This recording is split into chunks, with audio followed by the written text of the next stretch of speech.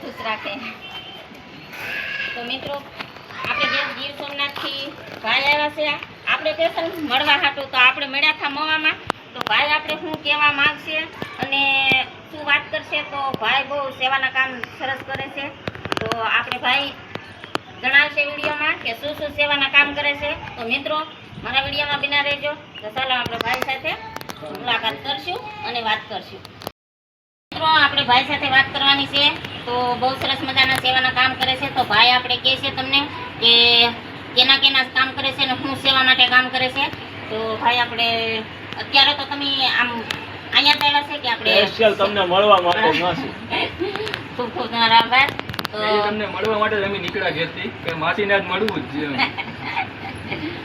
ભાઈ તો આપણે મળી લીધા હતા મોવા મળ્યા હતા. એટલે આપણે સેવામાં કામમાં તો આપણે કીધું હતું પણ એટલું બધું આપણે યાદ નથી. તો આપણે તમે જ કહી ગયો. તો જય સોમનાથ મિત્રો, હું છું પરમાર ભગવાનજી. અમે એક સેવાના કામ કરીએ. જરૂરિયાતમંદ લોકોને રાશન કીટ, કોઈ એવા વિદ્યાર્થી હોય તો એવાને સ્ટેશનરીની કીટ, ચોપડા, પછી દફતર છે, કોઈ યુનિફોર્મ છે, એવા નાના મોટી સેવાના કાર્ય અમારી આખી ટીમ કરે છે.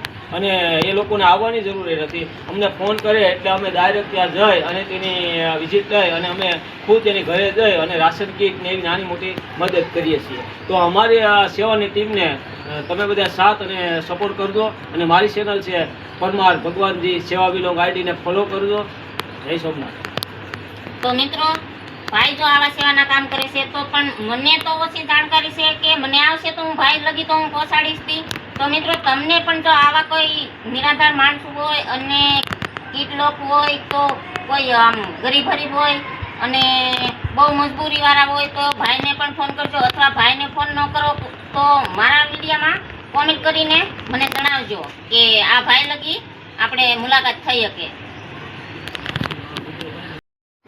પછી તો ભાઈ આપણે ઘેર મહેમાન આવી ગયા ને આપણે તો બનાવી નાખી ચા. પછી બધાય ભાઈઓને આપણે તો મરવી દીધી ચાની સુસ્કી. કે તમારે ખાલી નાખી મોકલાવી જ નથી દેવાનું, તમારે રૂબરૂ જવાનું છે.